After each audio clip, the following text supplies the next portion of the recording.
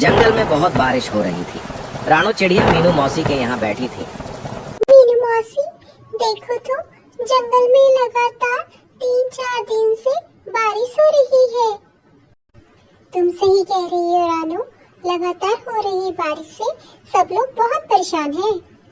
मैं जरा जंगल का एक चक्कर लगा के आती हूँ। इतना बोलकर रानू चिड़िया बारिश के बीच उड़ने लगी। रानू चिड़िया उड़ते हुए कुछ ही दूर गई थी कि तभी उसकी नजर एक बकरी के बच्चे पर पड़ी, जो कि बारिश में भीगता हुआ कांप रहा था। अरे, ये बकरी का बच्चा तो ठंड में कांप रहा है। लगता है अपने घर का रास्ता भूल गया है बेचारा। रानू चिड़िया ने इतना कहा ही था कि तभी उसकी नजर बकरी के बच्चे से थोड़ी दूर खड़ी एक लोमड़ी पर पड़ी। ये लोमड़ी तो हमारे जंगल की नहीं लगती, लगता है किसी और जंगल से आई है ये। रानू चिड़िया उड़ती हुई उस लोमड़ी के पास पहुंची। कौन हो तुम? तुम इस जंगल के तो नहीं लगते। मैं इस जंगल के सभी प्राणियों को जानती हूँ। तुम सही कह रही हो, मैं इस जंगल की नहीं हूँ। मैं इस जंगल से गुजर रही थी कि तभी से बारिश शुरू हो गई।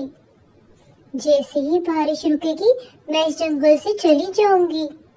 ठीक है।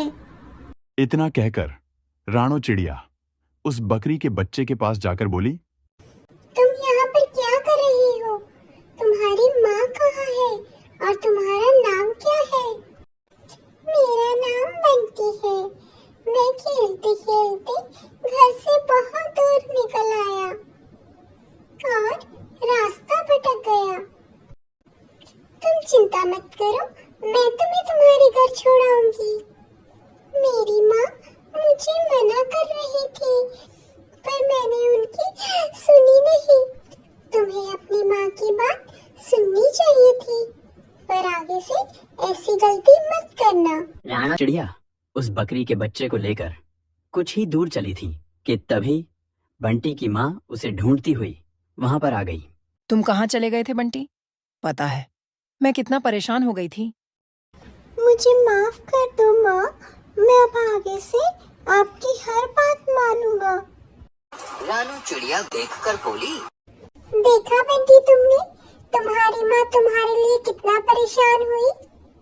इसलिए बच्चे को कभी भी अपने माता पिता की बात नहीं टालनी चाहिए। बंटी अपनी माँ के साथ चला गया और रानू चिड़िया मीनू मौसी के पास लौट आई और उनको सारी घटना बतलाई। इस तरह रानू की समझदारी ने बकरी के बच्चे की जान एक लोमड़ी से बचाई।